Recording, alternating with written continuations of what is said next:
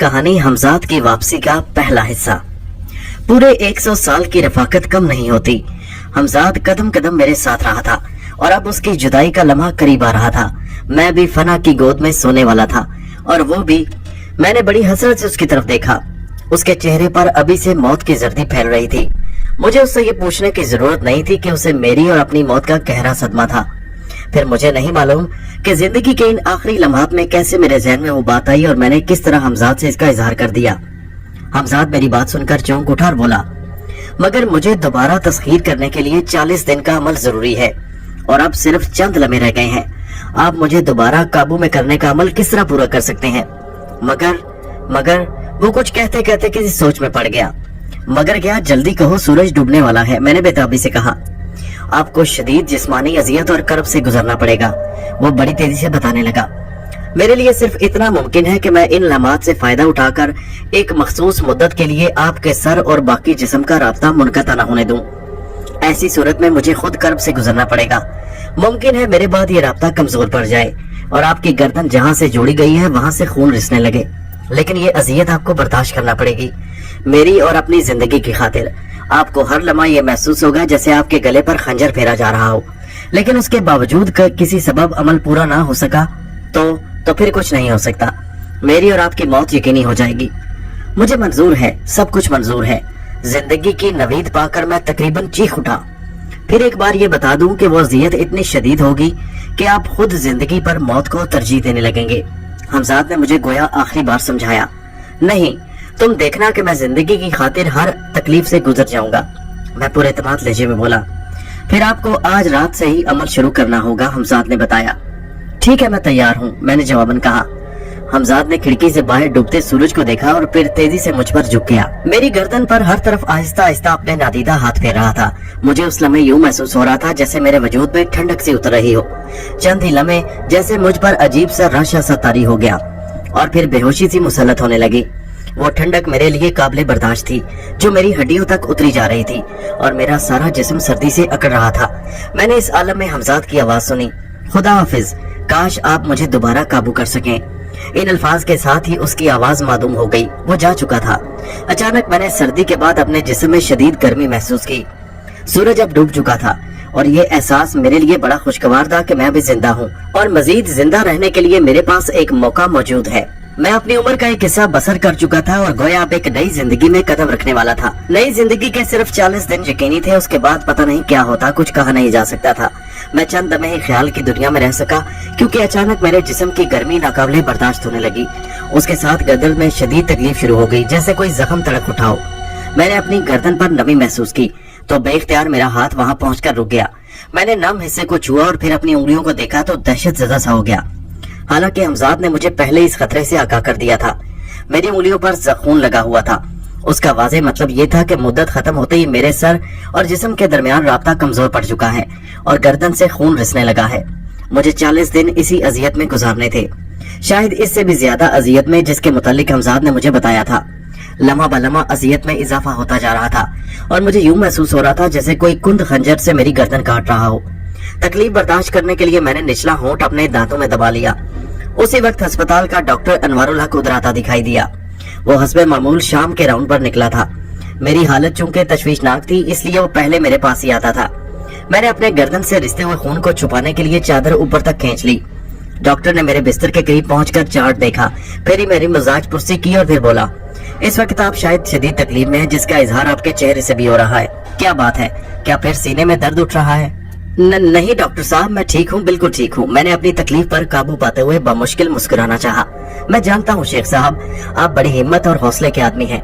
Doctor खुश इखलाकी से बोला, आपकी जगह कोई दूसरा होता तो माफ कीजिएगा, साफ गोई कि अब तक चल बसा होता। आपकी कुव्वत इरादी हैरत अंगेज है। 25 साल प्रैक्टिस में मेरी नजर से आप जैसा मरीज नहीं गुजरा। आपकी बीमारी आखिरी मराहिल में है और मैं अपनी सी पूरी कोशिश कर रहा हूँ कि आप खतरे की हद से बाहर निकल आएं। अगर ऐसा हो गया तो इसे मैं अपनी कामयाबी की तस्वर करूंगा। आपकी कुव्वत इरादी का कमाल होगा और ये मेरी जिंदगी का पहला केस होगा। डॉक्टर कहे जा रहा था। उसे क्या खबर थी कि अब तक मेरे जिंदा रहने में मेरी कुव्वत इरादी को कोई दखल नहीं था, बल्कि ये हमजाद की वजह से था। अचानक मेरे मुंह से कराह निकल गई तो डॉक्टर ने कहा, जरा चादर हटाइए, मैं देखता हूँ। ये कहते ही उसने खुद चादर हटा दी। उसने अचानक ऐसा किया था, इसलिए मैं कुछ न कर सका। चादर हटते ही उसने नजर मेरी गर्दन पर डाली और वो एकदम चौंक कर ठिठक गया। ये आपकी गर्दन पर क्या हुआ? खून? ये तो खून रिस रहा है। क्या यहाँ कोई पुराना जख्म था? जी हाँ डॉक्टर साहब, मैंने कराहते हुए जवाब दिया। शायद वही जख्म दोबारा खुलने लगा है, उसने कहा, और फिर वहाँ कुछ ही देर में नर्सों, कंपाउंडरों और दूसरे डॉक्टरों का हजूम हो गया। मैं बहरहाल कोई मामूली आदमी नहीं था। डॉक्टर अनवारुल हक के ख्याल में वो जख्म बहुत ही खतरनाक था जो मेरी गर्दन के चारों तरफ था। इस मुहिमे को कोई डॉक्टर हल न कर सका। हाँ, उन्होंने इतना जरूर किया कि गर्दन में वो दवा लगाने के बाद बैंडेज कर दी ताकि खून रिसना बंद हो जाए। बैंडेज के बाद डॉक्टर ने मुझसे कहा, जरूरी है कि मैं आपको बेहोशी का इंजेक्शन दे दूं ताकि आप इस अजियत से बच सकें। नहीं डॉक्टर साहब, मैंने इनकार कर दिया, इतना काफी है। अब मैं कदरे सुकून महसूस कर रहा हूँ क्योंकि आपने दवाओं से गर्दन के जख्म में हिस्से को सुन कर दिया है और यही हकीकत भी थी। वक्ती तौर पर मैं उस अजियत से निजात पा चुका था, मगर चंद घंटे बाद दवाओं का असर खत्म होते ही फिर तकलीफ बढ़ जाएगी। आप इंजेक्शन क्यों नहीं लगवा लेते? डॉक्टर ने मुझे समझाना चाहा। इसलिए डॉक्टर साहब कि मैं आज रात यहाँ से डिस्चार्ज होकर अपनी कोठी जाना चाहता हूँ। मैंने आखिर वो बात कह ही दी जो मेरे दिल में थी। मेरे पास सिर्फ 40 दिन थे, जिनमें से एक दिन भी गंवाने का मतलब मेरी यकीनी मौत थी। जी हाँ, मैंने ठंडा सांस लिया और असल बात को छुपाने की खातिर कहा, डॉक्टर साहब अगर मरना ही मुकद्दर में है ठहरा तो फिर आदमी अपने घर में ही क्यों ना मरे, अस्पताल के बिस्तर पर क्यों मरे। आपसे सिर्फ मेरी इतनी दरख्वास्त है कि मेरे लिए 2 नर्सों और 1 डॉक्टर का बंदोबस्त कर दें। उनके क्याम का बंदोबस्त मैं अपनी कोठी में करा दूंगा। गालिबन मुझे ये कहने की जरूरत नहीं थी कि खर्चात कितने भी हों, मुझे इसकी परवाह नहीं। शेख साहब, क्या वाकई आप संजीदा हैं? डॉक्टर की हैरत अभी कम नहीं हुई थी। घर में वो तिब्बी सहूलतें मुमकिन नहीं जो यहाँ हॉस्पिटल में हैं। ख्वाह आप किसी डॉक्टर को अपने पास रखें या नर्सें 24 घंटे आपकी देखभाल करें। बहरहाल मैं अस्पताल से जाने का फैसला कर चुका हूँ और आपसे मदद का ख्वास्तगार हूँ, मैंने कहा। मगर आप तो चलने फिरने के काबिल भी नहीं, आपको एम्बुलेंस में घर जाना पड़ेगा। मैं इस सिलसिले में कोई जिम्मेदारी कबूल करने पर आमादा नहीं। मेरे नजदीक ये एक रिस्क है, एक जिंदगी का रिस्क। आप अपनी जिम्मेदारी पर यहाँ से जा सकते हैं क्योंकि हम जबरदस्ती आपको यहाँ नहीं रोक सकते। रहा नर्सों और डॉक्टरों का मामला, तो कल तक मैं ये बंदोबस्त कर दूंगा। ठीक है, मैं कल तक इंतजार कर दूंगा, मैंने ममनून लहजे में कहा। फिर 1 घंटे बाद मैं अस्पताल की एम्बुलेंस में असदगंज जा रहा था। वहीं मेरी कोठी थी जिसमें तकरीबन निस्फ दर्ज मुलाजिम थे और उतनी ही मुलाजमाएं। मुझे खिलाफे तवक्को अस्पताल से घर आते देखकर वो सब घबरा गए और मुझे मेरी ख्वाबगाह में पहुंचा दिया गया। उनके चेहरों से मैंने अंदाजा लगाया कि शायद वो समझ रहे थे मुझे डॉक्टरों ने जवाब दे दिया है, मैं इसलिए घर आ गया हूँ। मेरी सारी मुलाजमाएं हुस्ने बंगाल का जीता जागता शाहकार थी। बड़ी बड़ी स्याह आंखें, घनी जुल्फें और छरेरे जिस्म। उन्हें जेरे दाम लाने के लिए मुझे पुरस्कार कुव्वत की जरूरत नहीं पड़ी थी। मुकम्मल आराम और साइशें और हर तरह की खुली आजादी ने उन्हें मेरी कनीज़े बना दिया था। दौलत में एक अपनी ताकत होती है और वो सब इसी ताकत के जेरे असर थी। वो तरह तरह से मेरी खिदमत गुजारी करने लगी और मेरा जी बहलाने की कोशिश करने में मसरूफ हो गई। मुझे आज ही रात से हमजाद का अमल शुरू करना था, इसलिए मैंने उन्हें मखसूस हिदायत दे दी जिसे वो हैरत और तवज्जो से सुनती रहीं। मुलाजिमों को हिदायत देते हुए मुझे उस कलमी नुस्खे का ख्याल आया जिसे मैंने अब तक अपनी जान से ज्यादा अजीज रखा था। फारसी जुबान में बासानी बोल और पढ़ सकता था। हमजाद को काबू करने का अमल मैंने इसी से देखा था। उस कलमी नुस्खे में बहुत से अमल लिखे थे जिनमें रहमानी भी थे और शैतानी भी। मैंने हमेशा रहमानी अमलियात को तरजीह दी थी, इसलिए बचपन से मेरे मिजाज पर मजहब का गहरा असर था। ये और बात है कि हमजाद को काबू करने के बाद मेरा शैतान मुझ पर गालिब आ गया था और मैंने नमाज भी तर्क कर दी थी, लेकिन रहमानी अमल करने के दौरान में मुझे नमाज शुरू करना लाजमी था। अच्छा, अब तुम लोग जाओ, कोई और बात कहना हुई तो बुला लूंगा, मैंने मुलाजमाओं से कहा। हाँ, इरशाद अली को भेज देना। इरशाद अली की हैसियत मेरे खादिम खास किसी थी, वो फौरन ही आ गया। सुनो, मैंने उसे मुखातिब किया, तुम्हें 2 कमरे मेहमानों के लिए साफ करना है। एक कमरे में नर्सें रहेंगी, दूसरे में डॉक्टर। कल ये लोग किसी वक्त भी आ सकते हैं। इसके अलावा ये कि मेरे कमरे के बाहर दिन और रात के वक्त भी कोई ना कोई मुलाजिम मौजूद रहना चाहिए जिसे मैं फौरन आवाज देकर बुला सकूं। आज के बाद से कोई मुलाजमा मेरे कमरे में नहीं आएगी, ये मैंने समझा दिया। मैं किसी से मुलाकाती से मिलना नहीं पसंद करूंगा, ख्वाह मेरा कोई अजीज दोस्त हो या उससे कारोबारी ताल्लुक हो। बगैर तलब किए कोई मेरे कमरे में नहीं आएगा, समझ गए ना? जी सरकार, ऐसा ही होगा, उसने सादतमंदी से जवाब दिया। मुझे उसके चेहरे पर हैरत के आसार नजर आ रहे थे क्योंकि वो तमाम राज़-हाए दरोने खाना से वाकिफ था। उससे पहले मैंने कभी मुलाजमाओं पर इस किस्म की पाबंदी नहीं लगाई थी। और सुनो, खाना परहेजी होगा, गोश्त, अंडा और मछली खाने में नहीं होगी। बस तुम्हें ये ख्याल रखना है कि खाना जूद हजम हो, सादा हो। मैंने कलमी नुस्खे की वो हिदायत दोहराई जो मेरे जहन में पूरी तरह महफूज थी। बाकी जो हिदायत हुई मैं तुम्हें कुछ देर बाद बुलाकर दे दूंगा। जी बेहतर सरकार, उसने अदब से झुक कर कहा और फिर मेरे हाथ के इशारे को समझकर वहां से चला गया। मैदे में सरतान होने की वजह से यूं भी मेरी खुराक ना होने के बराबर रह गई थी। मैं बहुत दिन से परहेजी खाना खा रहा था, वो भी दवाओं के बलबूते पर। इरशाद अली चला गया तो मैं आहिस्ता आहिस्ता बिस्तर से उठा और सामने ही एक दीवार से लगी हुई अलमारी की तरफ बढ़ा। उस अलमारी में मेरे ज़ौक़े मुतालिया की तस्कीन के लिए बहुत सी नादिर किताबें मौजूद थीं। उनमें ज्यादातर फारसी जुबान के शुरा के मजमू की थी। नजीरी, बेदिल, हाफिज, उमर आम, मौलाना रोम और दूसरे अहम शुरा का कलाम। उन्हीं किताबों के दरमियान वो कलमी नुस्खा भी था। मैंने अलमारी से वो कलमी नुस्खा निकाल लिया, फिर अलमारी बंद करके बिस्तर पर नींद तराश हो गया। यही वो कलमी नुस्खा था जिसके तुफैल मैंने हमजाद को काबू किया था और 130 साल की उम्र में भी जिंदा था। कलमी नुस्खे की वरकगर्दानी करते हुए मुझे अब से 100 साल पहले के वाकयात याद आ रहे थे, जब मैं एक गरीब और मफलूकुल हाल नौजवान था। हमजाद को काबू में करने के लिए मैंने कई बार अमल किया था और नाकाम रहा था, फिर एक अमल कामयाब रहा था। उस वक्त तो जिंदगी ने मुझे मोहलत न दी थी कि एक मर्तबा फिर नाकाम रहूं तो दोबारा कोई दूसरा अमल शुरू कर दूं, मगर अब ये सूरत हाल नहीं थी। मुझे एक ही बार में कामयाब होना था। मुझे याद आया कि अमले शमी ने मुझे कामयाबी से हमकिनार किया था और वो था भी उन अमलों में से जो रात के वक्त किए जाते हैं।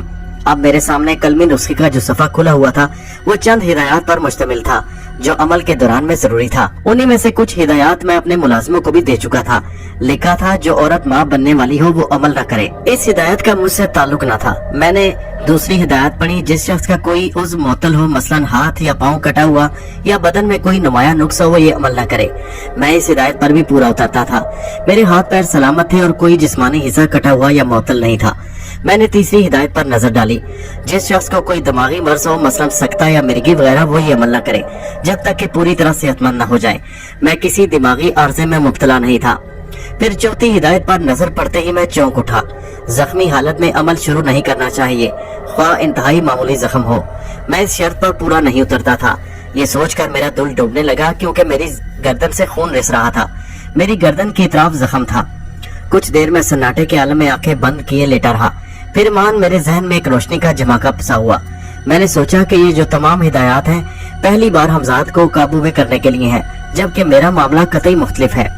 मैं तो हमने हमजाद को दोबारा मुसख्खर कर रहा हूँ। उससे कतई नजर ये कि उसका इल्म हमजाद को भी था। अगर ये जरूरी होता तो वो मुझसे इसका जिक्र करता। उसने तो ये भी बता दिया था कि मेरे सर और बाकी जिस्म का राब्ता कमजोर हो जाएगा और गर्दन जहाँ से जोड़ी गई है वहां से खून रिसने लगेगा। अगर इस हालत में अमल करना मुमकिन ना होता तो वो मुझे ऐसा करने से रोक देता। फिर ये गर्दन का जख्म फितरी नहीं बल्कि गैर फितरी था। कलमी नुस्खे में हमजाद की दोबारा तस्खीर के बारे में कुछ दर्ज नहीं था।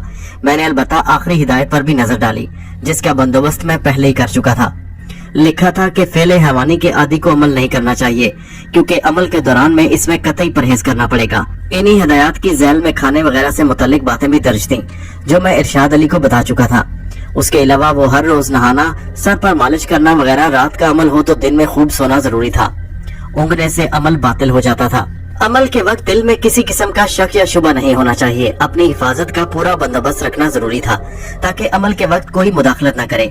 मैं ये बंदोबस्त भी कर चुका था। अब तलब किए बगैर कोई मुलाजिम मेरी ख्वाबगाह में दाखिल होने की जुर्रत न करता। जरूरियात की तमाम चीजें अमल करते वक्त पास होना चाहिए ताकि अमल छोड़कर उठना न पड़े। बेहतर यह है कि बदन पर सिर्फ एक कपड़ा हो। इन दिनों में गुस्सा और लड़ाई झगड़ा भी मना था। ज्यादा वक्त मुताले में गुजारना मुफीद था, वो भी ऐसी किताबों का मुतालिया जो दिल में गुदाज और लताफत पैदा करें, किसी हिजान में मुब्तला न करें। इसके अलावा जगह और वक्त की पाबंदी इंतहाई जरूरी थी। अमल के लिए जरूरी हिदायत पढ़ने और इन्हें जहन नशीन करने के बाद मैंने कलमी नुस्खे में वो सफा तलाश किया जिस पर अमले शमी दर्ज था। उस बाब में भी जरूरी हिदायत दर्ज थी, जिनमें से बेशतर मुझे जुबानी याद थी। फिर भी तवज्जो से पढ़ने लगा कि कहीं कोई बात जहन से निकल न गई हो। ये मेरी जिंदगी और मौत का मामला था। जरा सी कोताही मुझे मौत के आगोश में पहुंचा सकती थी, इसलिए एक एक बात पर तवज्जो दे रहा था। कलमी नुस्खे अमले शमी की जेल में लिखा था, कांसी का एक चिराग जलाकर एक साफ सुथरे कमरे में रखा जाए और चिराग की तरफ पुष्ट करके अव्वल 22 दिन रात 12 बजे से 2 बजे तक अमल किया जाए। अमल के दौरान में जब अपने साए की गर्दन पर नजर जमाए थक जाए तो छत की तरफ नजर उठाकर अपने साए का तस्वुर करे और फिर दोबारा अपने साए की गर्दन पर नजर जमा दे। 22 दिन गुजर जाने के बाद रात 12 बजे से फजर की अजान होने तक अमल जारी रखना था। इन इब्तदाई 22 दिनों के मुतालिक चंद हिदायत दर्ज थीं, जिन पर मुझे अमल करना था और मुझे सबसे पहले तो अपने नाम के आदाद निकालने थे। जितने आदाद निकालने थे उतनी ही मर्तबा रोज रात के वक्त 2 घंटे अमल करने के बाद यानी रात 2 बजे के बाद मुझे वो अमल शीशा सामने रखकर अपनी शक्ल पर नजर जमाए हुए दोबारा अमल के अल्फाज दोहराना थे। दिल में मुझे ये रखना था कि मेरा हमजाद बहुत जल्द शीशे से बाहर आकर मेरी इताअत करेगा। अमल करते वक्त मुझे एक रोटी पर जरा सा घी और शक्कर भी रखना था। बाद में इस रोटी पर अमल दम करके किसी ऐसे चौराहे पर उस रोटी को रखना था जो आम गुजरगाना हो, जहाँ से कम लोग गुजरते हों या बिल्कुल ना गुजरते हों। रोटी चौराहे पर रखकर मुझे ये अल्फाज अदा करने थे, ऐ हमजाद ये तुम खा लो, उसके बाद मुझे वापस आ जाना था। इस दौरान में ना मुझे पीछे मुड़कर देखना था और ना रास्ते में आते जाते किसी से गुफ्तगू करना था। रोटी मुझे सुबह होने से पहले किसी चौराहे पर रख कर आना थी। मुझे पूरे 22 दिन ये अमल करना था और 23वें दिन रोटी नहीं पहुंचाना थी। अगर ख्वाब में या तहरीर से या जुबानी हमजाद मुझसे कहे कि आज रोटी क्यों नहीं भेजी, तो मुझे समझ लेना चाहिए कि अमल कामयाबी की तरफ गामजन है। एक दिन नागा के बाद 24वें दिन से मुझे फिर रोटी पहुंचाना शुरू कर देना था। अगर हमजाद शिकायत करे तो मुझे ये जवाब देना था कि अब रोटी बराबर पहुंचाई जाए। अगर हमजाद ख्वाब या तहरीर के जरिए पूछे तो जवाब देने की कोई जरूरत नहीं। उसके बाद मुझे अपना बाकी अमल जारी रखना था पूरे 40 दिन होने तक। अमल के दौरान में मुझे अपने चारों तरफ एक हिसार भी खींचना था और किसी कीमत पर वक्त पूरा होने से पहले हिसार के बाहर कदम नहीं रखना था। मैंने आखिर में अमल के अल्फाज भी दोहरा लिए ताकि जहन में ताज़ा रहें। ये अमल क्यों कि रहमानी था, इसलिए अमल के दौरान में दोनों आयतें कुरान की सूरह फुरकान की 44वीं और 45वीं आयतें थीं। सूरह फुरकान कुरान के 19वें पारे में है। मैं यहाँ इन आयतों का तर्जमा लिख रहा हूँ जो मैंने कलमी नुस्खे में दर्ज देखी थी। मुझे उनका तर्जमा नहीं, असल इबारत अरबी में पढ़ना थी। उन दोनों आयतों का तर्जमा दर्जा झैल है, बल्कि तुमने अपने परवरदिगार को नहीं देखा कि वो साए को किस तरह दराज कर देता है। अगर वो चाहता है तो उसे ठहराए रखता है, फिर सूरज को उसका रहनुमा बना देता है, फिर हम उसे अपनी तरफ समेट लेते हैं। दोनों आयतों को मैंने जहन नशीन कर लिया जो पहले से मुझे थोड़ी बहुत याद थी। मुझे आज रात ही से अमल शुरू करना था, इसलिए तमाम जरूरी अशिया मैंने अपनी ख्वाबगाह में मंगवा ली। चिराग और तेल का बंदोबस्त भी कर लिया। उसके अलावा रोटी, शक्कर, घी और एक आईना भी फराहम कर लिया ताकि अमल के दौरान में मुझे कोई मुश्किल पेश न आए। जो मुलाजिम रात के वक्त ख्वाबगाह के बाहर रहना था उसे ये हिदायत कर दी कि रात 2 बजे के बाद मैं अपनी ख्वाबगाह से निकलकर कहीं जाऊंगा।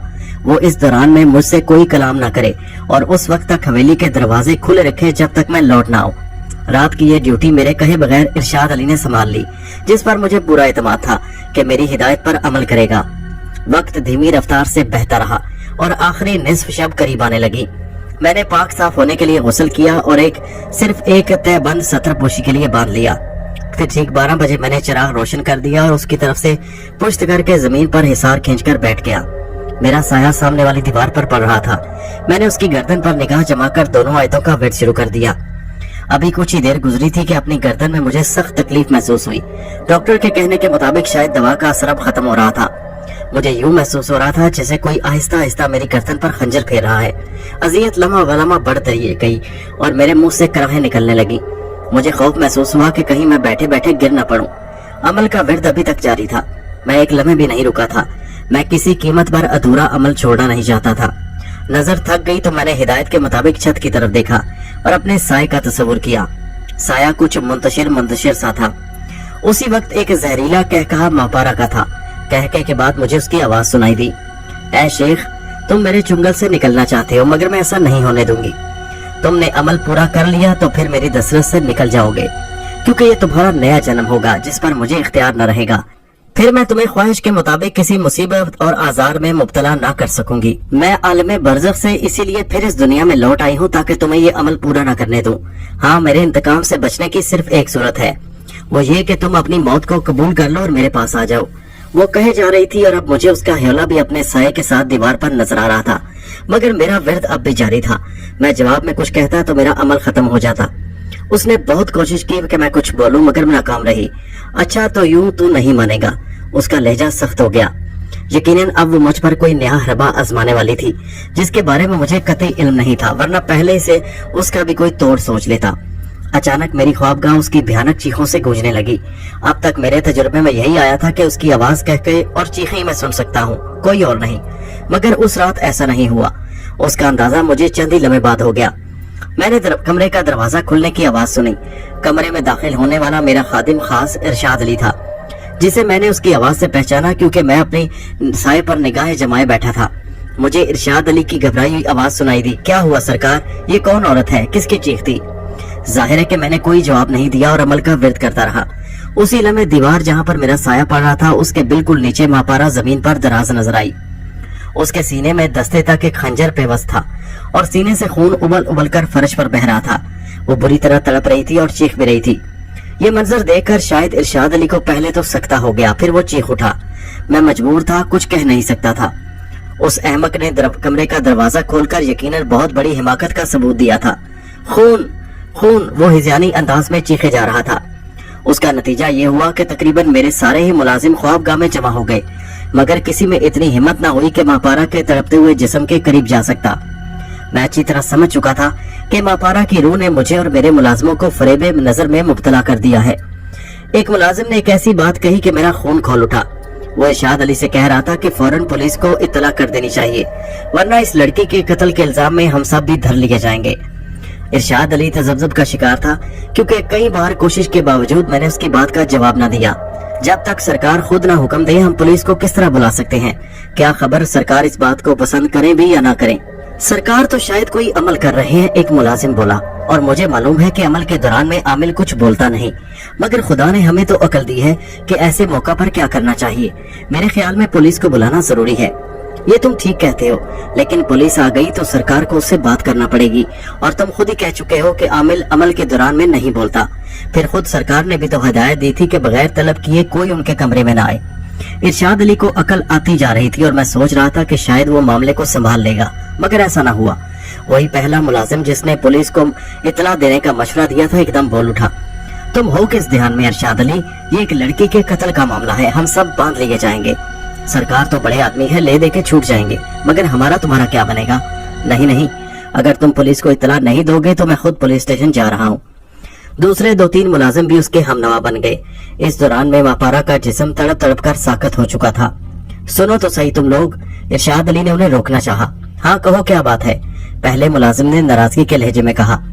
इस कत्ल की इत्तला हम सुबह भी तो दे सकते हैं, जब तक सरकार अपने अमल से भी फारिग हो जाएंगे। इरशाद अली ने उसे समझाया। बिल्कुल नहीं, पहला मुलाजिम सख्ती से बोला। पुलिस हमसे पूछेगी कि हमने रात को ही कत्ल की इत्तला क्यों ना दी, फिर वो हम पर शक करेगी और हम भी कत्ल में शरीक थे। इरशाद अली के समझाने बुझाने का उस मुलाजिम और उसके हमनवा मुलाजिमों पर कोई असर न हुआ। वो चारों कमरे से चले गए। अब वहाँ इरशाद अली और एक मुलाजिम रह गया था। इस अरसे में चीखों पुकार की आवाजें सुनकर मेरी मुलाजमाएं भी दरवाजे के बाहर आ खड़ी हुई और अंदर का मंजर देखकर उनके मुंह से भी चीखें निकल गई थी। मेरी हिदायत से कतई नजर उन्होंने खौफ के सबब ख्वाबगाह में कदम नहीं रखा था। मुझे पहले ये अंदाजा नहीं था कि मापारा की रूह इस तरह मामले को बिगाड़ कर मेरे लिए मुश्किलात पैदा कर देगी। मैं इसलिए सख्त परेशान था, मगर अमल का विर्द अब भी जारी था।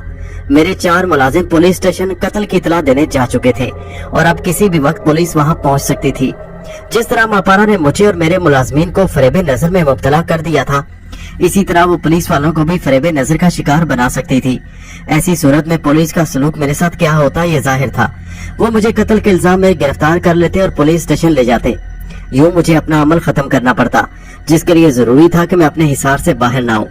हिसार से निकलते ही मेरा अमल बातिल हो जाता। मैंने उस वक्त खुद को बहुत मजबूर और बेबस महसूस किया।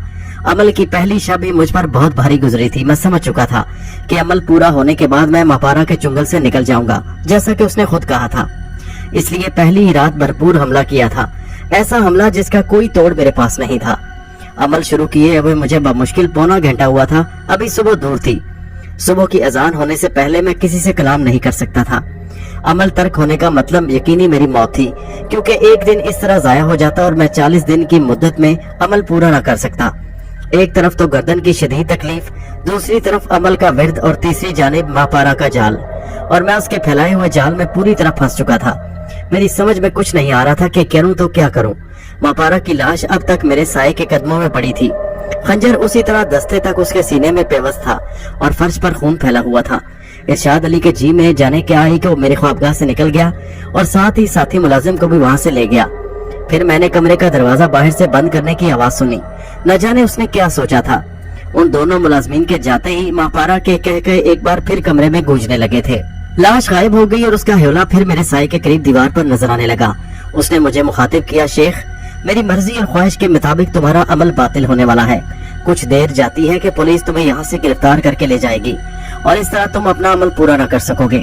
देख लो कि पहली ही रात को मैंने तुम्हें शिकस्त दे दी। अब पुलिस के आने का इंतजार करो, इसके सिवा तुम्हारे पास कोई चारा नहीं। जैसे ही पुलिस तुम्हारी ख्वाबगाह में दाखिल होगी मैं फिर लाश बन जाऊंगी। हाँ, एक शर्त है, अगर तुम मेरी शर्त मान लो तो मैं अब भी बिगड़े हुए हालात पर काबू पा सकती हूँ। जवाब दो शेख कि क्या तुम शर्त सुनने और उसे मानने पर आमादा हो? इस तरह तुम यकीनी मौत से बच जाओगे। ये उसका फरेब था। उसकी बात का जवाब देने के बाद मुझे अमल का विर्द तर्क करना पड़ता। मैं इसलिए चुप रहा। वो कहने लगी, सुनो, मैं जानती हूँ कि तुम इस आलम में बात नहीं कर सकते, तो अगर मेरी शर्त सुनने और उस पर अमल करने पर तैयार हो तो अपनी गर्दन इकरार में हिला दो, मेरे लिए इतना काफी है। मापारा ने कहा। वो मेरी दुश्मन थी और दुश्मन से किसी भलाई की तवक्को करना हिमाकत के सिवा कुछ और नहीं। अगर वो बिगड़े हुए मामले को संभालना ही चाहती तो ये सब हंगामा क्यों खड़ा करती? यकीनन वो इस तरह मुझ पर कोई नया हरबा आजमाना चाहती है। मैंने अमल का विर्द करते हुए सोचा और बदस्तूर खामोश रहा। मैंने गर्दन भी इकरार में ना हिलाई। मैं समझ गई कि तुम मरना चाहते हो, वरना गर्दन हिलाकर इकरार कर लेते। मापारा किसी नागन की तरह फनकारी। ठीक है, ना सुनो, मेरी शर्त और मौत को गले लगाने पर तैयार हो जाओ कि यही तुम्हारी किस्मत में लिखा है। फिर कुछ देर वो खामोश रही और मेरे बोलने का तो सवाल ही पैदा नहीं होता था। फिर मेरी कानों से भारी कदमों की आवाज टकराई। मैं समझ गया कि पुलिस मेरे घर में दाखिल हो चुकी है। मापारा एक बार फिर लाश बन गई। कदमों की धमक दरवाजे के करीब आ गई और फिर दरवाजा धड़ाधड़ बजाया जाने लगा। दरवाजा खोलो, किसी पुलिस वाले ने चीख कर कहा। इसमें तो बाहर से ताला पड़ा है। बाहर से किसी की आवाज आई। इसकी चाबी किसके पास है? किसी ने सवाल किया। इरशाद अली के पास। मैंने अपने मुलाजिम की आवाज सुनी। वो कहाँ है? फिर पूछा गया। हम उसे और रहमत को यहाँ छोड़कर गए थे, वो दोनों न जाने कहाँ गायब हो गए, नजर नहीं आ रहे। मुलाजिम ने जवाब दिया। उन्हें तलाश करो, कोठी में कहीं छुपे होंगे। इस कत्ल में वो भी मुलविस मालूम होते हैं और अगर वो कोठी में नहीं और फरार हो चुके हैं तो यकीनन वो भी मुजरिम है। कुछ देर और गुजर गई। इस दौरान बाहर से पुलिस वालों की बातें करने की आवाजें आती रहीं। फिर जो मुलाजिम इरशाद अली को तलाश करने गए थे उन्होंने वापस आकर बताया कि इरशाद अली और रहमत कोठी में कहीं नहीं है। ऐसी सूरत में तो कमरे का ताला तोड़कर ही हम अंदर दाखिल हो सकते हैं, किसी पुलिस वाले ने मशवरा दिया। फिर जरा देर बाद ही कफल पर जरबे पड़ने की आवाजें आने लगी, यानी ताले पर जोर जोर से कोई चीज मार रहे थे और मेरा दिल डूबने लगा। इरशाद अली ने अपनी कोशिश कर ली थी कि पुलिस मुझ तक ना पहुंच सके, मगर वो ये भूल गया था कि पुलिस ताला तोड़कर भी अंदर दाखिल हो सकती है। ताला तोड़ने के लिए जो जरबे लगाई जा रही थी वो जरबे जैसे बराह रास्त मेरी रूह पर पड़ रही थी। अब किसी भी लम्हे ताला टूट सकता था और पुलिस अंदर आ जाती। उसके बाद क्या होता, ये सोचना भी मेरे लिए सुहाने रूह था। मुझे पूरी तरह एहसास था कि सूरत-ए-हाल बहुत संगीन हो चुकी है और मैं बेबस हूँ। उस खतरनाक औरत ने मर कर भी मेरा पीछा नहीं छोड़ा था। उसका इंतकाम वाकई बहुत भयानक था। काश मैंने उसकी आरज़ू न की होती, उसके हसूल को अपनी अना का मसला न बनाया होता। मगर अब ये सब कुछ सोचना फजूल था। वक्त गुजर चुका था और गुजरा हुआ वक्त कभी वापस नहीं आता। ये मेरी जिंदगी और मौत का मामला था। अगर किसी तरह मापारा अपने मकसद में कामयाब हो जाती और मैं हमजाद को दोबारा काबू में ना कर पाता तो मेरी मौत यकीनी थी। अमल का विर्द करते हुए मेरे जहन में बस एक ही सवाल बार बार गर्दिश कर रहा था कि इस यकीनी मौत से किस तरह बचा जा सकता है। मेरी नजदीक जिंदगी की बिसात पर खेले जाने वाले खेल कुछ देर का था। दरवाजे का ताला तोड़ने के लिए जरबे लगाई जा रही थी। ताला टूटते ही पुलिस वाले मेरे कमरे में दाखिल हो जाते और फिर मुझे एक लड़की को कत्ल करने के इल्जाम में गिरफ्तार कर लिया जाता। ऐसी सूरत में मुझे यकीनन हिसार से बाहर आना पड़ता और यूं मेरा अमल नाकाम हो जाता। मापारा ने मेरे लिए कोई भागने की रास्ता नहीं छोड़ा था। पहले उसने चीख कर मेरे मुलाजमीन को वहां आने पर मजबूर किया और फिर एक मकतूल लड़की का रूप धार लिया था। अब उसका नतीजा मेरे सामने था। फिर वो लम्हा आ ही गया जब पुलिस वाले ताला तोड़कर मेरे कमरे में दाखिल हो गए। मैंने भारी कदमों की आवाजें सुनी जो उबर कर फिर फौरन गायब हो गईं। हर चंद के पुलिस वाले पहले से जहनी तौर पर तैयार होंगे कि उन्हें कमरे में एक लाश नजर आएगी, मगर उसके बावजूद वो शायद अंदर आते ही ठिठक गए थे। यूं में कमरे की फिजा पुरस्रार थी। मेरे अकब में चिराग रोशन था और मेरा साया सामने वाली दीवार पर पड़ रहा था। मैं बगैर पलक झपकाए साए की गर्दन पर नजर जमाए हुए जेरे लब अमल पढ़ने में मसरूफ था। मेरे साए के करीब ही फर्श पर मापारा की लाश पड़ी थी, जिसके सीने में खंजर पेवस्त था। उसके सीने से अब तक खून बह बह कर फर्श पर फैल रहा था। कमरे में एक बोझल सी खामोशी में फैली हुई थी, ऐसी खामोशी जो रूह पर बोझ महसूस होने लगे। इस लड़की को कत्ल हुए ज्यादा देर नहीं हुई। बिल आखिर किसी की आवाज ने उस खामोशी में आवाज का पहला पत्थर फेंका और जैसे शहर टूट गया, जिंदगी लौट आई। शायद उन लोगों की तमाम तर तवज्जो लाश ने अपनी तरफ मबजूल करा दी थी, इसलिए कि किसी को मेरा ख्याल ना आया। उनमें से जो गालिबन इंस्पेक्टर था लाश की तरफ बढ़ा और फिर पहुंचकर रुक गया उसके करीब। फिर वो मुड़ा और किसी को मुखातिब किया क्या तुम लोगों में से किसी ने इस लड़की को पहले यहाँ देखा है? वो यकीनन मेरे मुलाजमीन से कह रहा था। इधर आओ तुम लोग, इसके चेहरे को गौर से देखो। नहीं साहब, पहले कभी नहीं देखा, मेरे एक मुलाजिम की आवाज आई। तुम लोग करीब तो आओ, ये लाश तुम्हें खा नहीं जाएगी। पुलिस इंस्पेक्टर के लहजे में सख्ती आ गई। फिर वो शायद डरे डरे सहमे सहमे आगे बढ़े और मैंने उनके कदमों की चाप सुनी जो इंस्पेक्टर के करीब आकर रुक गई। हाँ, अब गौर से देखो, शायद तुम्हें कुछ याद आ जाए, इंस्पेक्टर ने उन्हें मुखातिब किया। उन सब का जवाब यही था, यानी कि लड़की उनके लिए कतई अजनबी है। कोई चादर लाओ और इस लाश पर डाल दो, इंस्पेक्टर ने हुक्म दिया। वो कमरा मेरी ख्वाबगाह था, उन्हें चादर वहीं मिल गई। मेरे दो मुलाजिम चादर लिए लाश के करीब पहुंच गए। इंस्पेक्टर भी उसी जगह खड़ा रहा। लाश चूंकि मेरे बिल्कुल सामने दीवार के करीब पड़ी हुई थी, इसलिए वो सभी मुझे वाज़ेह तौर पर नजर आ रहे थे। मुलाजिमों ने लाश पर चादर डाल दी और दूसरे ही लम्हे उनके मुंह से हैरत ज़दा सी चीखें निकल गईं। माहपारा की लाश पुरस्रार तौर पर गायब हो चुकी थी। चादर और फर्श के दरमियान कुछ न था। यूं लग रहा था कि उन्होंने फर्श पर चादर बिछा दी हो। लम्हा भर को मुझे भी हैरत हुई, मगर फौरन ही मैं उसकी वजह समझ गया। माहपारा की लाश का कोई मादी वजूद नहीं था, वो सब कुछ तो फरेबे नजर था। ये लाश कहाँ गायब हो गई? इंस्पेक्टर हकलाने लगा। अभी अभी तो यहाँ थी। साहब, ये कोई पुरस्रार चक्कर है, वो उधर उधर देखें, ये शायद कोई अमल कर रहे हैं। किसी सिपाही ने अपने इंस्पेक्टर की तवज्जो मेरी तरफ मबजूल कराना चाहिए। गालिबन उसने अमलियात के बारे में कुछ सुना होगा। इंस्पेक्टर कदम कदम चलता हुआ मेरी तरफ बढ़ने लगा। यकीनन वो इस सिलसिले में मुझसे कुछ पूछना चाहता था। बदस्तूर अमल पढ़ने में मैं मसरूफ था। सुनिए जनाब, इंस्पेक्टर ने मुझे मुखातिब किया और मजीद एक कदम मेरी तरफ बढ़ाया। अब वो बिल्कुल मेरे करीब पहुंच चुका था। दूसरे ही लम्हे मैंने उसे चीख कर गिरते हुए देखा। सिपाही उसकी तरफ दौड़े और फिर उसे उठाने लगे। क्या हुआ साहब, क्या हुआ? किसी सिपाही ने अपने अफसर से पूछा। मुझे यूं लगा जैसे किसी नादीदा कुव्वत ने मुझे पीछे धकेल दिया हो और मैं गिर गया। इंस्पेक्टर फर्श से उठते हुए खौफजदा सी आवाज में बोला, ये वाकई कोई पुरस्रार मामला मालूम होता है। मुझे ये समझने में देर ना लगी कि नादानिस्तगी में इंस्पेक्टर मेरे गिर्द खींचे हुए नादीदा हसार से टकरा गया था। मेरा मशवरा तो साहब ये है कि यहाँ से चले जाएं, कहीं हम लोग किसी मुसीबत में न फंस जाएं। ये आवाज उसी सिपाही की थी जिसने इंस्पेक्टर को मेरी तरफ मुतवज्जो किया था। हाँ, तुम ठीक कहते हो, मगर इनसे पूछ-गिछ। साहब जी, इस वक्त ये कुछ नहीं बोलेंगे, सिपाही ने इंस्पेक्टर की बात काट दी। मैंने एक मौलवी साहब से सुना था कि अमल करते हुए आमिल किसी से बात नहीं करता। अगर आप पूछ-गिछ जरूरी समझते हैं तो ये काम कल सुबह भी हो सकता है। हाँ, पूछ-गिछ जरूरी है, क्योंकि बहरहाल ये एक लड़की के कत्ल का मामला है। इंस्पेक्टर मैंने खेज लहजे में बोला। गालिबन उसने ये सोचा होगा कि कुछ और नहीं तो मुझसे रकम तो ईंट ही लेगा। दोबारा वहाँ खुद आने को उसने शायद अपनी शान के खिलाफ समझा, इसलिए मेरे मुलाजमीन से बोला, इन्हें कल सुबह थाने भेज देना। उसके लहजे में पुलिस वालों की सी सख्ती थी। ठीक है जनाब, जरूर जरूर, मेरे एक मुलाजिम ने जवाब दिया। कुछ देर बाद ही कमरा खाली हो गया। पुलिस वालों के साथ साथ मेरे मुलाजिम भी वहाँ से चले गए, वहाँ से खिसक गए और जाते जाते कमरे का दरवाजा भी भेड़ गए। उन्होंने कमरे में जो कुछ पुरस्रार मंजर अपनी आंखों से देखा था, उसके बाद शायद उनमें इतनी ताकत नहीं थी कि वहाँ ठहर सकते। उन लोगों के जाते ही मेरी रूह से जैसे कोई बड़ा बोझ हट गया। मेरे वहमो गुमान में भी नहीं था कि ये मामला इतनी जल्दी निमट जाएगा और ये कि मैं इन हालात के बावजूद अपना अमल जारी रख सकूंगा।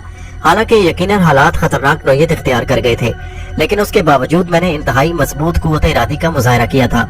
अगर ऐसा ना होता तो शायद माहपारा अपने मकसद में कामयाब हो जाती। एक बार फिर अचानक कमरे में माहपारा की मनहूस आवाज गूंजी। शेख, तुम शायद अपनी फतह पर खुश हो रहे होगे। उसकी आवाज में चुभन थी। मैं इससे ज्यादा आलमे बरज़ख से गायब नहीं रह सकती, वरना तुम्हारा गरूर आज खाक में मिला देती। मगर ये ना भूलो कि अभी ये पहली रात है और अभी अमल पूरा होने में बहुत सी रातें बाकी हैं। तुम मेरे इंतकाम से बच नहीं सकते शेख। जाते जाते उसने मुझे धमकी दी और फिर उसकी आवाज गायब हो गई। मेरी नजर उस वक्त थक चुकी थी और मैं छत की तरफ देख रहा था, इसलिए उसके पुरस्रार वजूद को देख न सका था। मैंने चंद लम्हे बाद दोबारा अपने साए की गर्दन पर निगाह डाली तो वो जा चुकी थी। इस हंगामे के दौरान में 2 घंटे का वक्त पूरा हो चुका था। अब अमल का दूसरा मरहला दरपेश था। मैंने करीब रखा हुआ शीशा उठा लिया, फिर शीशे में अपना चेहरा देखते हुए दोबारा अमल पढ़ने लगा। मैंने इसी अरसे में अमल की बाकी हिदायत पर तवज्जो दी। अमल पढ़ते हुए मैंने एक रोटी पर जरा सा घी और शक्कर रखा। मजीद 2 घंटे पूरे हो गए तो मैंने रोटी पर अमल दम किया और फिर उठ खड़ा हुआ। अब मुझे अपनी हवेली से निकलकर किसी ऐसे चौराहे तक पहुंचना था जो आम गुजरगाह न हो। मैं रोटी लिए हुए अपने कमरे से निकला तो बाहर तरफ सन्नाटा छाया हुआ था। यूं मालूम हो रहा था जैसे हवेली में मेरे सिवा और कोई ना हो। बहरहाल मैं आगे बढ़ता रहा और फिर सदर दरवाजे तक पहुंच गया, जो खिलाफे तवक्को मुझे खुला हुआ मिला। मेरे मुलाजमीन यकीनन इतने खौफजदा हो गए थे कि उन्हें सदर दरवाजा बंद करने का भी होश न रहा। मैं बाहर निकलने के बाद दरवाजा बंद करके निकल गया। चालगाम मेरा देखा वाला शहर था।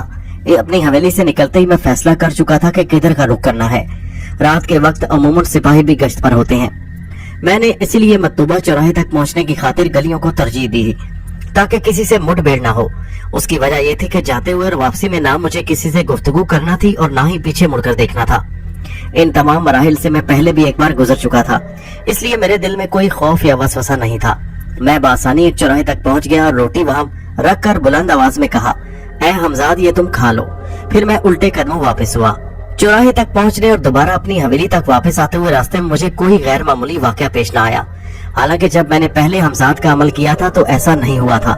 उसकी वजह शायद ये थी कि इस मर्तबा मेरा हमजाद मुझसे ताउन कर रहा था और मेरे अमल में कोई रुकावट नहीं डालना चाहता था। मैं हवेली में पहुंचा तो सूरत हाल बदस्तूर थी। मैंने वजू करके फजर की नमाज पढ़ी क्योंकि नमाज का वक्त हो चुका था। फिर मैं लिबास तब्दील करके बिस्तर पर लेट गया। रात भर जागने की वजह से मुझे अब नींद आ रही थी। गर्दन की तकलीफ उसी तरह थी, लेकिन वो जो किसी शायर ने कहा है कि दर्द का हद से गुजरना है दवा हो जाना, सो मेरी हालत भी वैसी थी और नींद तो कांटों पर भी आ जाती है। फिर मैं खुद से बेदार नहीं हुआ, बल्कि मुझे आवाज देकर जगाने वाला मेरा खादिम खास इरशाद अली था। क्या बात है? मैंने आंखें खोलते हुए नींद से बोझल आवाज में कहा। जनाब, थाने से एक सिपाही आया है।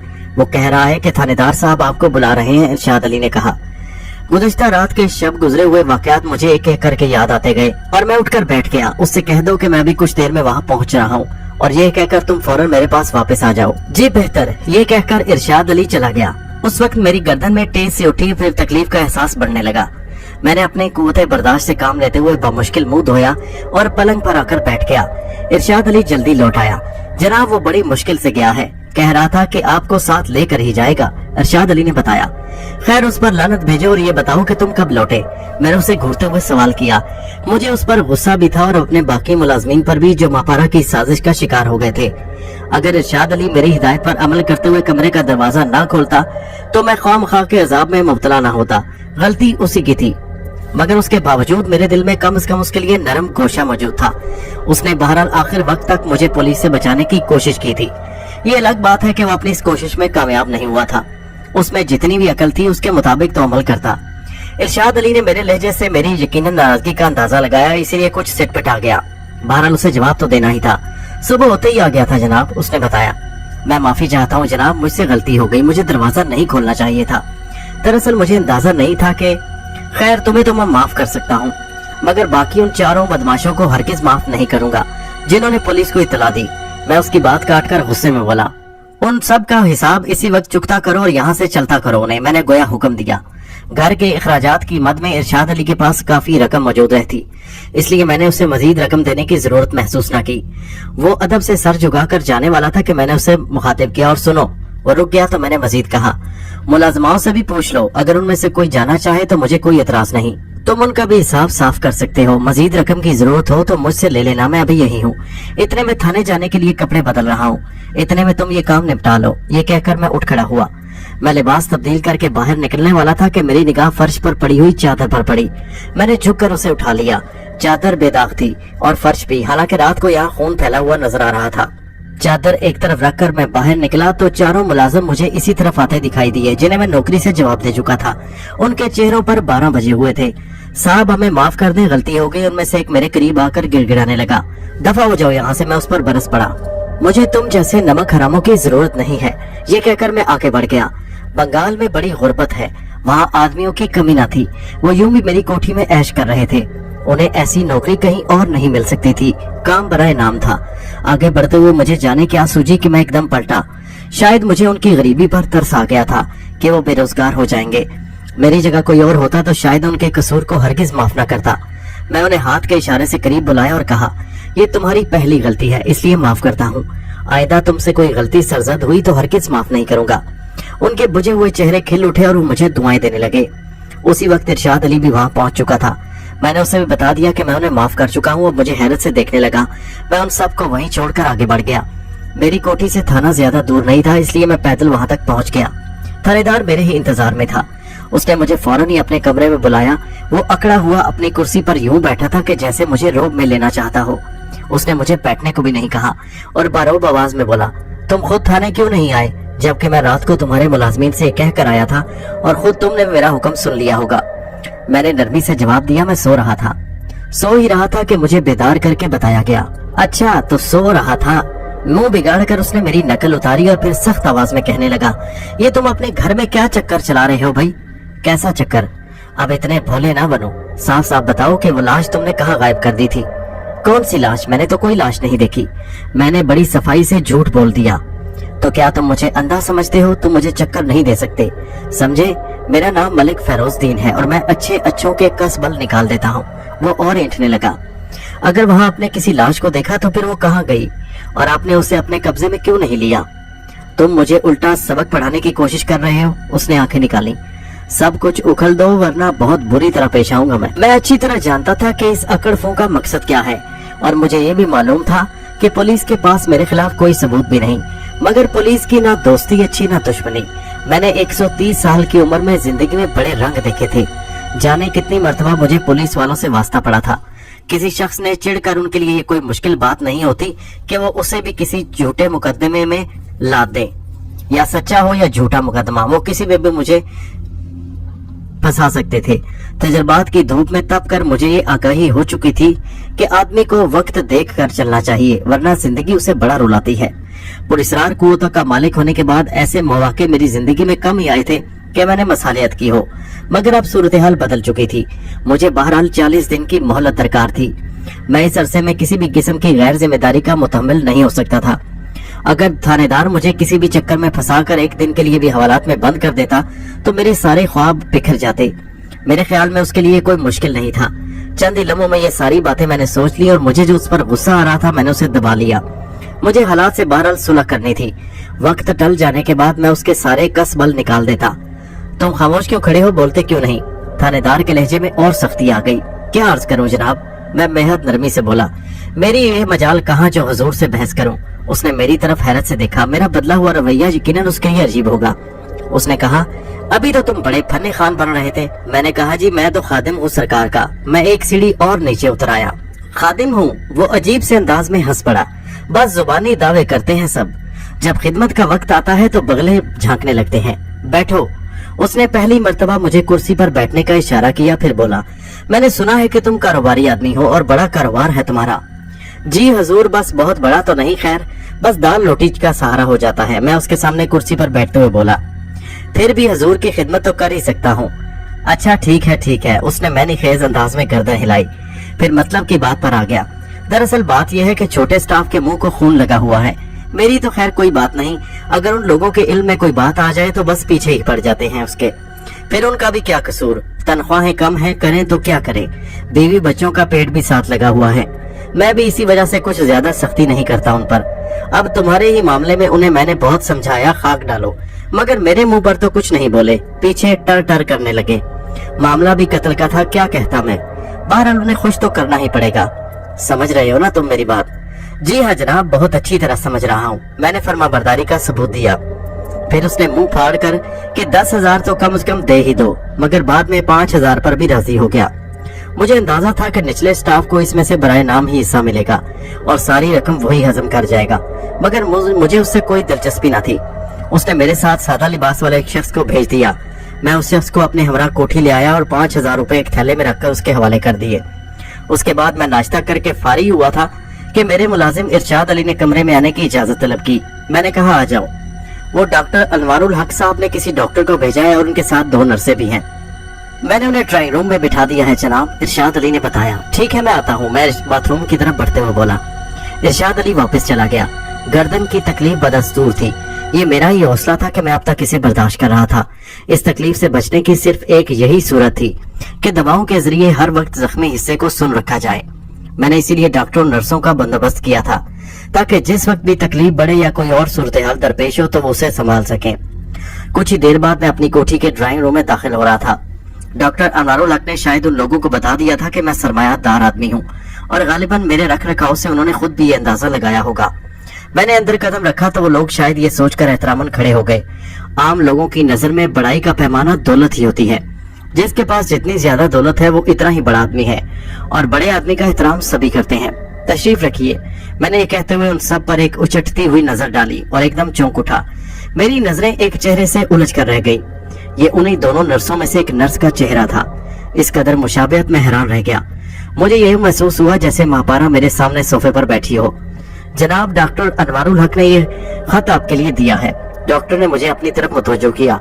उसका एक हाथ मेरी तरफ बढ़ा हुआ था जिसमें लिफाफा था। मैंने उससे लिफाफा ले लिया और फिर लोगों के मुकाबिल पड़े हुए सोफे पर बैठ गया। मेरी हालत उस वक्त बड़ी अजीब सी थी। मुझे अपनी आंखों पर यकीन नहीं आ रहा था। ये किस तरह मुमकिन है? ऐसा तो सिर्फ कहानियों में होता है, हकीकी जिंदगी में नहीं। मैं लाख कोशिश कर रहा था कि उसकी तरफ देखने से परहेज करूं, मगर बार बार मेरी निगाहें उसकी तरफ उठ रही थी। यूं भी किसी लड़की या औरत को इस तरह बराह रास्त देखना बेअदबी में शुमार होता है। मैंने उसकी तरफ से तवज्जो हटाने के लिए डॉक्टर अनवारुल हक का लिफाफा खोल लिया और उसमें रखे हुए पर्चे को निकालकर पढ़ने लगा। उसमें वही लिखा था जो मुझे तवक्को थी। उसने अपने खत में उन नौजवान डॉक्टर का तारुफ करवाया था जिसका नाम इम्तियाज अहमद था। हाल ही में उस नौजवान ने डॉक्टरी की डिग्री हासिल की थी और अब अपना कोई प्राइवेट क्लिनिक खोलना चाहता था। डॉक्टर अनवारुल हक के इमा पर वो कुछ अरसे के लिए मेरी मुलाजिमत और आमादा हो गया था। डॉक्टर अनवारुल हक ने उसे मेरे केस की सारी हिस्ट्री भी फराहम कर दी थी। नौजवान डॉक्टर इम्तियाज के लिए उसने एक मखसूस मुआवजे की भी सिफारिश की थी। उसके अलावा मुझे माहाना जो मुआवजा देना था वो भी लिखा था। डॉक्टर और नर्सों का जो मुआवजा उसने लिखा था वो मुझ जैसे आदमी के लिए अदा करना कोई मुश्किल नहीं था। मैंने खत पढ़कर करीबी तपाई पर रख दिया और दानिस्ता उस नर्स से नजरें बचाते हुए डॉक्टर को मुखातिब किया जो महापारा की हमशक्ल थी। आप लोग अपना सामान लेकर नहीं आए? हमने सोचा कि पहले आपसे मुलाकात कर लें, उसके बाद। नौजवान डॉक्टर ने अपना जुमला अधूरा छोड़ दिया। मैं समझ गया उस अधूरे जुमले का मकसद क्या है। सीधी सी बात थी कि अगर मुझे मुआवजा मंजूर हो तो वो मेरी कोठी में आ जाए। मैंने मुस्कुराकर नौजवान डॉक्टर की तरफ देखा, फिर बोला, अब तो मुलाकात हो गई। जी जी जी हाँ, वो भी मुस्कुराया। तो फिर जितनी जल्दी मुमकिन हो आप लोग सामान लेकर यहाँ आ जाएं। ये कहते हुए मेरी निगाह एक बार फिर उस हसीन चेहरे से उलझ गई। मुझे ये देखकर हैरत हुई कि वो भी मुझे दिलचस्प नजरों से देख रही थी। शायद नौजवान डॉक्टर ने भी इस बात को महसूस कर लिया था। मैंने आपसे उन दोनों का तारुफ तो कराया ही नहीं, डॉक्टर ने कहा। इनका नाम बेला है और ये चंबेली है। बेख्तियार मेरे मुंह से निकल गया। जी नहीं, वो खुद ही बोल उठी, मेरा नाम महापारा है। उसकी बात सुनकर मेरे एसाब झंझना उठे। उसकी आवाज भी 100% महापारा से मिलती जुलती थी और नाम भी वही था, महापारा। मैंने ज़ेरे लब कहा, ये दोनों ही तालीम याफ्ता हैं। मुझे डॉक्टर इम्तियाज की आवाज जैसे कहीं बहुत दूर से आती महसूस हुई। अच्छा, अब हमें इजाजत दीजिए, हम जल्द लौट आएंगे। फिर वो लोग चले गए और मैं अपने कमरे में आकर बिस्तर पर लेट गया। मेरा जहन उस वक्त बहुत उलझा हुआ था।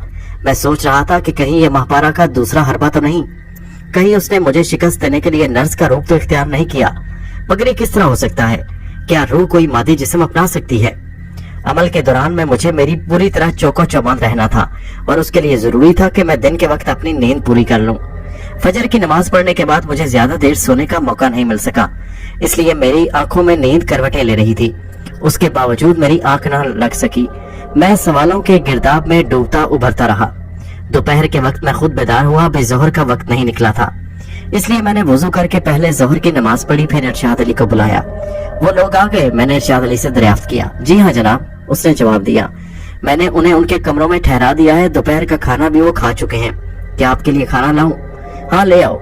डॉक्टर साहब कई दफा पूछ चुके हैं कि आप जाके या नहीं, उसने जाते जाते बता दिया। ठीक है, खाना खाकर मैं खुद यहाँ बुलवा लूंगा। इरशाद अली चला गया। मेरा जहन एक बार फिर उन्हीं सवालों में उलझने लगा जो सोने से कबल मुझे परेशान किए थे। अमल की एक कड़ी शर्त यह भी थी कि मैं लड़कियों से दूर रहूं। अमल के दौरान में मुझे अपना ज्यादातर वक्त इबादत और मुताले में गुजारना था, मगर वो लड़की खामखा मेरे लिए एक मसला बन गई थी। अगर ये कोई फरेब भी नहीं था तो फिर भी मेरे लिए सख्त आजमाइश थी। वो लड़की एक ऐसी हस्ती की हमशक्ल थी जिसे मैं हासिल नहीं कर सका था। तमाम तर पुरस्कार कुव्वतों के बावजूद मैं उसे झुकने पर मजबूर न कर सका था। उसने अपनी अना की खातिर मौत को गले लगा लिया था और मैं हाथ मलता रह गया। इस सख्त आजमाइश से बचने की एक और सूरत भी तो है।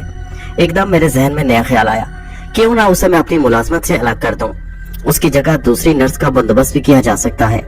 मैं इस सिलसिले में डॉक्टर इम्तियाज से बात कर सकता हूँ, मगर मैं डॉक्टर को इसकी वजह क्या बताऊंगा?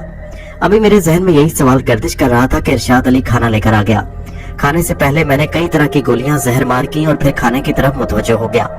खाना खाते हुए भी मैं सोचता रहा। रात का बड़ा हिस्सा क्योंकि अमल के लिए मखसूस है, इसलिए एक नर्स से भी तो काम चल सकता है। मैंने सोचा बस ठीक है, मैं डॉक्टर इम्तियाज से कह दूंगा कि 2 नर्सों की जरूरत नहीं, इसलिए वो अपने तौर पर महापारा को जवाब दे दे। ये सोचकर मेरे जहन का बोझ कुछ हल्का हो गया। खाने से फरागत पाते ही मैंने डॉक्टर इम्तियाज को फौरन बुलवाया ताकि उससे महापारा के सिलसिले में बात कर सकूं। फिर जब कुछ देर बाद डॉक्टर इम्तियाज मेरे कमरे में दाखिल हुआ तो उसके साथ वो लड़की भी थी जो कुछ सामान उठाए हुए थी। डॉक्टर के हाथ में बैग भी था। डॉक्टर साहब ने मुझे बताया था कि मैं आपकी गर्दन के जख्म की ड्रेसिंग सुबह शाम होनी चाहिए। डॉक्टर इम्तियाज ने आते ही कहा, इसलिए मैं कई बार आपके मुलाजिम से पूछ चुका हूँ कि आप जागे हैं या नहीं, अब क्या हाल है।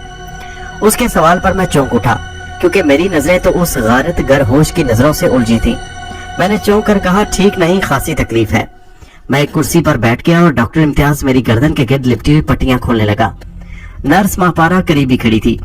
मैं सोच रहा था कि उसकी मौजूदगी में किस तरह बात हो सकती है। मुझे ये तवक्को नहीं थी कि डॉक्टर उसे भी अपने साथ ले आएगा। पट्टियां खुलते ही तकलीफ इतनी बढ़ गई कि मैं कोशिश के बावजूद अपनी कराही न रोक सका।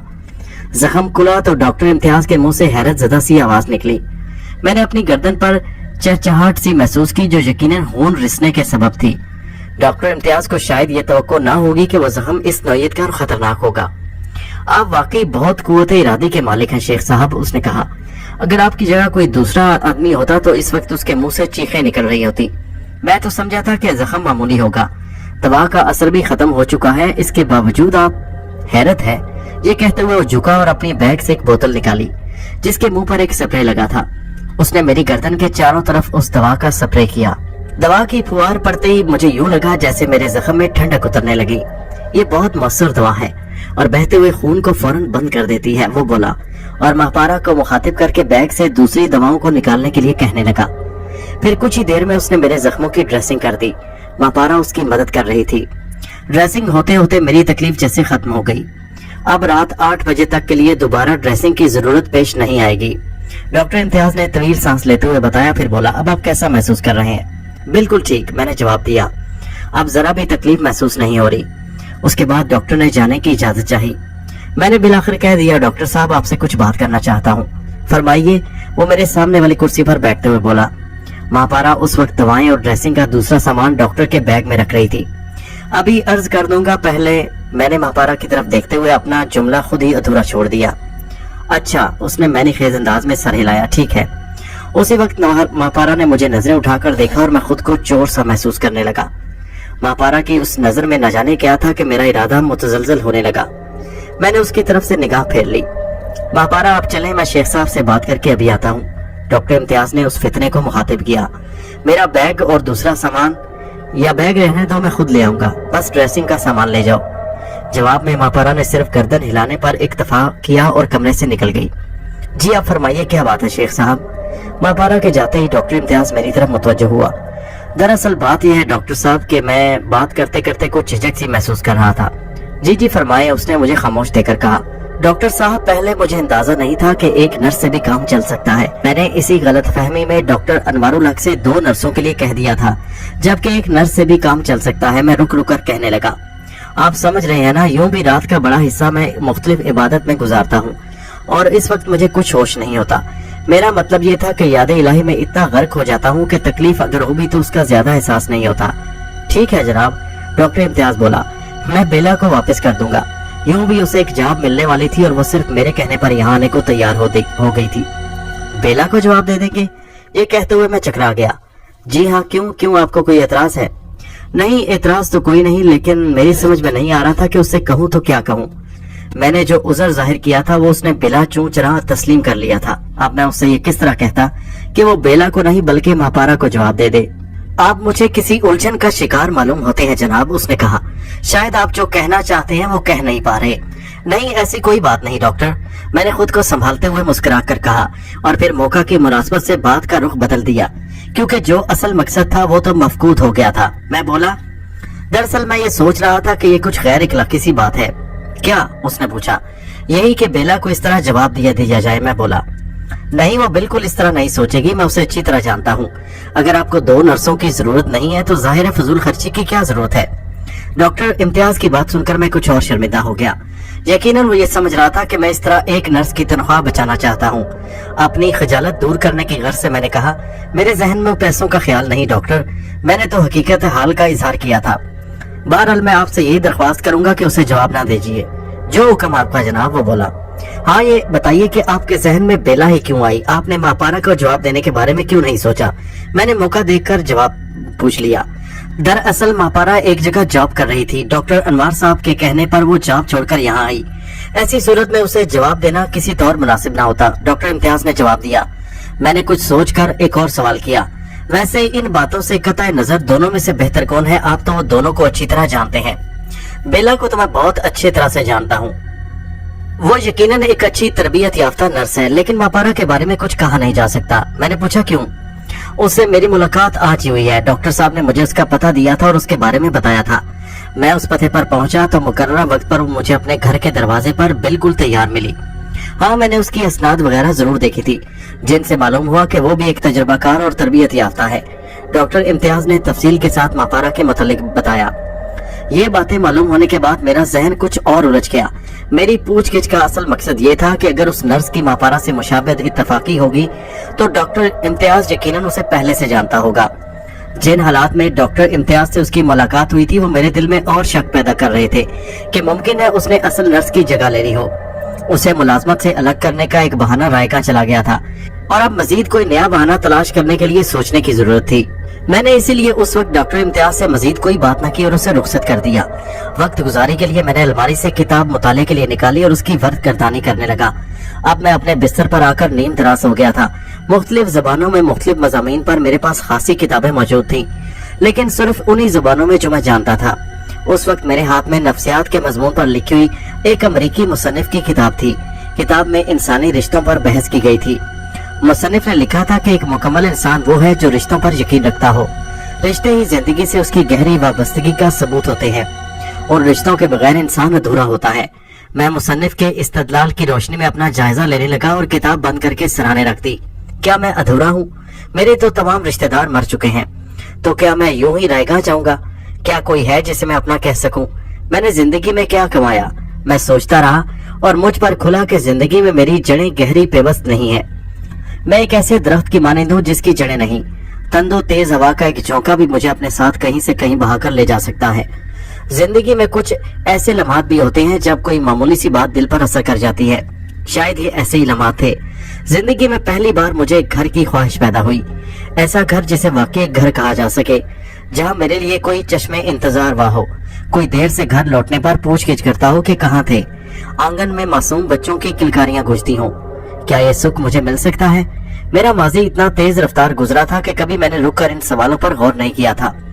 एक तरंग थी जिसमें बहता चला जा रहा था। फर्द हिसाब माहो साल मेरे सामने थे और जो कुछ गुजर चुका था एक ख्वाब सा लगता था।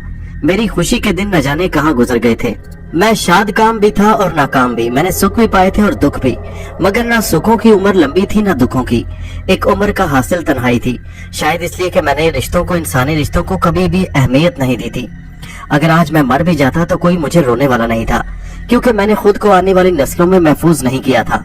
मुझसे शायद भूल हो गई थी। मैंने शायद अपनी जिंदगी को समझा नहीं था। जिंदगी से लज्जत कशीद करने के साथ साथ मुझे ये ख्याल रखना चाहिए था कि कहीं मैं दुनिया की भीड़ में बिल्कुल अकेला न रह जाऊं। आदमी सारी दुनिया से झूठ बोल सकता है मगर अपने आप से नहीं। ये सच था कि ना मेरा कोई दोस्त था, ना साथी, ना कोई गमगुसार, ना महरम राज। मैं एक महरूम शख्स था। इन्हीं ख्यालों में असर का वक्त हो गया। मैंने वुजू करके नमाज पढ़ी और फिर दस्ते दुआ बुलंद किए। वो जो दिलों का हाल जानने वाला है। मैंने उससे कुछ न कहा, कुछ न मांगा कि उसे सब खबर थी, सब मालूम था। उस वक्त न जाने मुझ पर रिक्कत सी तारी हो गई। फिर न जाने कब तक मेरे हाथ उठते रहे और मेरे रुखसारों पर आंसू बहते रहे। मैं चौंका उस वक्त जब दरवाजा आहिस्ता से खुलने और फिर बंद होने की आवाज सुनी। मैंने जल्दी से अपने आंसू पोंछ लिए। कमरे में दाखिल होने वाला मेरा मुलाजिम इरशाद अली था। मैंने उसकी तरफ सवालिया नजरों से देखा। डॉक्टर साहब ने एक नर्स को भेजा है और वो आपके कमरे में आना चाहती है। मैंने आपसे इजाजत लेना जरूरी समझा। कहें तो उसे अंदर भेज दूं? इरशाद अली ने कहा। किस लिए आई है वो? मेरा अंदाज खुद कलामी का सा था। मालूम नहीं जनाब। ठीक है, उसे आने दो। ये कहते हुए मैं उठ खड़ा हुआ और फिर मसला लपेटकर उसकी जगह रख दिया। चंद ही लम्हे बाद नर्स माहपारा मेरे कमरे में दाखिल हुई और उसे देखकर चौंक पड़ा। मैं ये सोचने में हक बजानिब था कि बार बार वही मेरे सामने क्यों आ जाती है। चार्ट के मुताबिक इस वक्त आपको ये 2 टैबलेट्स खाना है जनाब। वो ये कहते हुए मेरी तरफ बढ़ी। डॉक्टर साहब ने आपका चार्ट मेरे हवाले कर दिया है। जनाब के वक्त पर आपको दवाई इस्तेमाल कराती रहूं, यहाँ पानी होगा? जी हाँ, वो उधर मेज पर जग और ग्लास रखा है। मैंने मेज की तरफ इशारा किया। फिर बोला, वैसे आपने नाहक सहमत की, मैं खुद वक्त पर दवा खा लेता। वो मेज की तरफ बढ़ गई और गिलास में पानी भर के फिर मेरे पास आ गई। लीजिए, उसने गोलियां मुझे दी, फिर पानी का गिलास मेरी तरफ बढ़ाया। मैं जब पानी का ग्लास उसके हाथ से ले रहा था तो उसकी उंगलियां मेरी उंगलियों से मस हो गईं और मुझे यूं महसूस हुआ जैसे मेरे सारे जिस्म में एक बर की रोसी दौड़ गई हो। आपके पास जो दवाएं हैं मुझे दे दें, उसने कहा। मैं वक्त पर, मेरा ख्याल है इसकी जरूरत नहीं, मैं उसकी बात काट कर बोला। मैंने दोनों गोलियां खा ली थी और उसने खाली ग्लास मेरे हाथ से ले लिया था। आपको ज्यादा से ज्यादा आराम और निगहदाश्त की जरूरत है और जाहिर है कि आपने इसीलिए हमें मुलाजिम रखा है। मैंने उससे बहस करने के बजाय सारी दवाएं उसके हवाले कर दी। ऐसा करते हुए उसके शादाब चेहरे से लम्हा भर को भी मेरी नजर नहीं हटी थी। माफ कीजिए, कुछ जाती सा सवाल है, लेकिन छोड़े। वो जाने के लिए पलटी। मैंने उसे रोका, ठहरें, जो बात जबान पर आ जाए उसे कह देना बेहतर होता है। दरअसल मैं सोच रही थी कि कहीं आप ख्याल ना कर लें, इसलिए मैंने जुमला अधूरा छोड़ दिया। मैं तंग नजर नहीं हूँ, आप जो सवाल करना चाहती हैं बिला झिझक करें। मुझे मालूम हुआ है कि यहाँ कोठी में जितने भी मर्द और औरतें हैं वो सभी आपके मुलाजिम हैं। मैंने कहा, जी हाँ। तो फिर ये कि क्या आपने शादी नहीं की, क्या आपके बीवी बच्चे नहीं हैं? उसने झिझकते हुए पूछ लिया। आप खड़ी क्यों हैं, बैठे ना। मैंने दूसरी कुर्सी की तरफ इशारा किया और हाँ, आपने शाम की चाय पी ली? जी अभी नहीं। ये कहकर वो कुछ झिझकती हुई मेरे सामने वाली कुर्सी पर बैठ गई। मैंने इरशाद अली को आवाज दी और जब वो आ गया तो चाय लाने को कहा। इरशाद अली चाय लाने चला गया तो फिर वो मेरी तरफ सवालिया नजरों से देखने लगी। मुझे उस वक्त न जाने कैसे विमला याद आ गई। मेरी जिंदगी में एक वही ऐसी लड़की आई थी जिसने जिंदगी भर साथ निभाने का अहद किया था और मैंने जहनी तौर पर उसे कबूल भी कर लिया था। मेरी खातिर उसने अपना मजहब भी छोड़ दिया और मुसलमान हो गई। वही एक ऐसी थी मैंने जिससे निकाह किया था।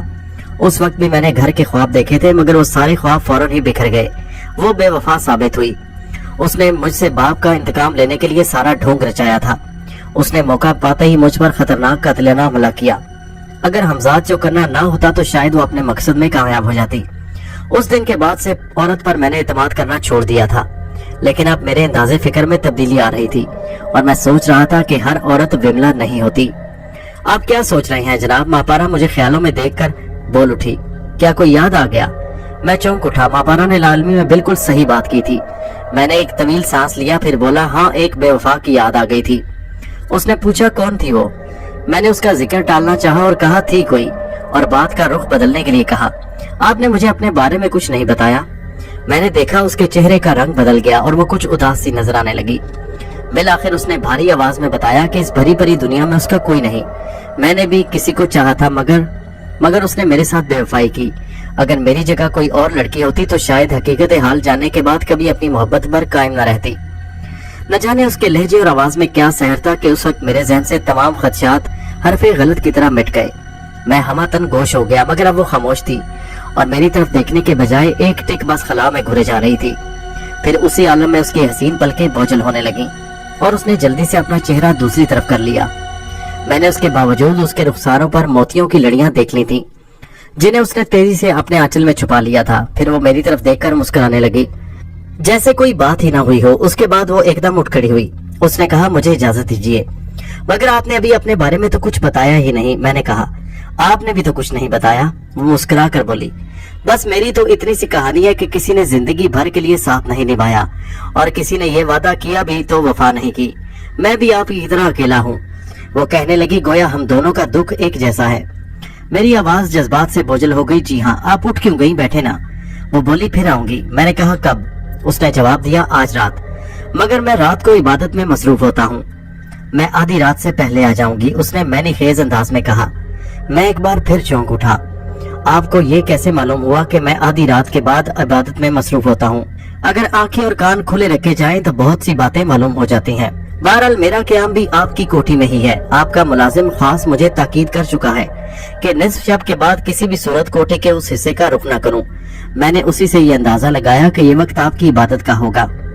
उसका ये बात सुनकर मेरा शक दूर हो गया। इरशाद अली ने उन लोगों को ये ताकीद करके यकीनन अक्लमंदी का सबूत दिया था। फिर वो जाने लगी तो उसी वक्त इरशाद अली चाय की ट्रे उठाए कमरे में दाखिल हुआ। उसे भी याद नहीं रहा और मैं भी भूल गया कि चाय आ रही है। मेरे इसरार पर उसने चाय पी ली, मगर उस दौरान मैंने ज्यादा बात नहीं की। वो मुझे कुछ खोई खोई सी लग रही थी। शायद उस वक्त की गुफ्तगू से उसके जख्म हरे हो गए थे। चाय पीते ही वो चली गई और मैं कमरे में तन्हा रह गया तो सोचने लगा कि उसकी तरफ से मेरे जहन में जो खदशात हैं वो दुरुस्त नहीं। वो मेरी दुश्मन जहां की हम शक्ल जरूर है, मगर ऐसा हकीकतन नहीं जैसा मैंने सोचा है। नाम और आवाज की मुमासलत भी इत्तफाकी हो सकती है। अगर मापारा मुझसे इस तरह इंतकाम लेना चाहती तो कभी अपने असली रूप में सामने न आती। ये तो कोई और ही लड़की है। दोस्तों ये कहानी जारी है, ये कहानी आगे मजीद दिलचस्प होती जा रही है।